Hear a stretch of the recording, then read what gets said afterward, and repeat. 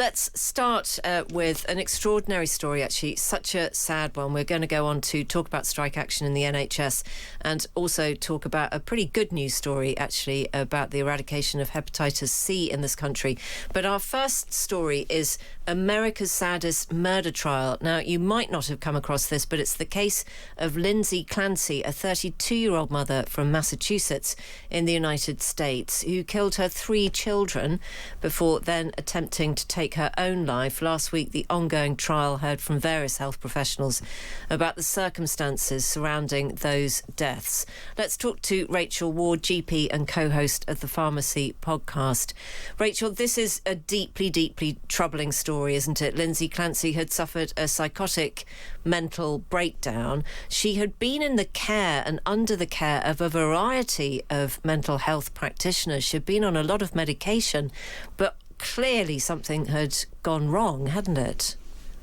Yeah, absolutely. This is a tragic story, and it's a real reminder of how serious mental illness can be in that postpartum period. We class it as a medical emergency, but also actually the importance of that continuity of care and how badly things can go if these situations are not managed correctly. It's very, very sad how this ended. Can you tell us a bit more about what postpartum psychosis can look like? Yeah, so many people are familiar with postpartum depression. So that is when your mood dips, you become depressed after having a baby. Postpartum psychosis is thankfully less common. So we see it in around 1 in 1,000 mothers after giving birth. Now, it is most commonly in the first few weeks after giving birth, but it can be later on after giving birth. And so psychosis is basically when you can have a multitude of symptoms, including things like hallucinations. So that might be hearing voices, seeing things that aren't real, also having what we call delusions. So that's beliefs that aren't real, and you can become very paranoid. You can become very manic, so kind of hyperactive, and then have very low mood. So lots of variation in the symptoms, but a really very serious collection of symptoms which can lead people to doing harm to themselves and harm to others. Obviously, we don't want to extrapolate too much from just one case, Rachel, but do you think that a case like this can inform us as to how the mental health of mums is viewed, the way that we might not want to address certain issues? We find it very uncomfortable to talk about mums wanting to harm their babies. It goes completely against the grain of the assumptions that we make about that time, doesn't it? It does. So this is something which you're absolutely right. I think we're getting better at talking about postpartum depression. I think postpartum psychosis, because it is such a strange concept to us, as you say, mums having feelings of harming themselves and their child. It's such an odd concept that we're not very good at thinking about it, and it's not spoken about. I think the other thing that we have to really think about this has happened in the US. They have a very different health system, and this woman was managed, I would imagine, in quite a different way. That is absolutely not to say that we have a perfect health system when it comes to mental health or managing such serious cases of this.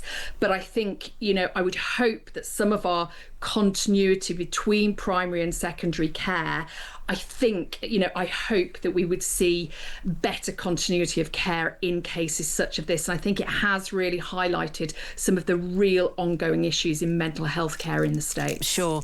And obviously without referencing anything that Lindsay Clancy herself had been prescribed, what kind of things can help a woman if she finds herself with postpartum psychosis? Yeah, so as I said, it is a medical emergency, and most of the time people would be managed as an inpatient in that initial phase. The preferable situation would be to be in a mother and baby unit, so you keep with your baby. And then there are multiple different drugs which can be used in this situation, and that's often a combination of antipsychotics or antidepressants, and it depends on the person and the symptoms, but it's a very specialist situation position to manage. Certainly in general practice, I may be thinking that somebody has it, but I will be immediately picking up the call to my perinatal colleagues. This is a very specialist area to manage. Right, okay. Now, let's talk about something brighter. England is on track to become one of the first countries in the world to eliminate hepatitis C. NHS England have said they've achieved their goal of treating 80% of all known cases and have done this with the help of A&E blood test, GP registration testing and free at-home tests. This is some good news from the NHS, Rachel. It is. It's very, very impressive. So England being on track to be the first country in the world to do this. And I think it is a really great example of how we can have a public health problem.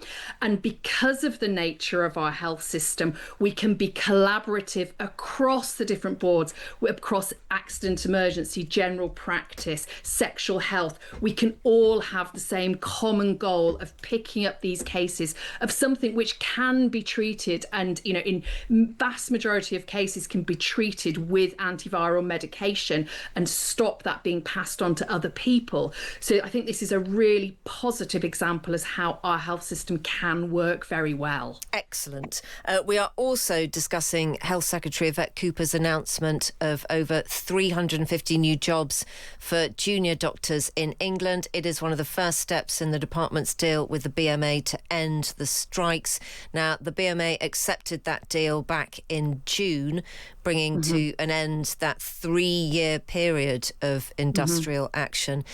Do you think that this really is the start of something very different, which will work to keep future strikes at bay?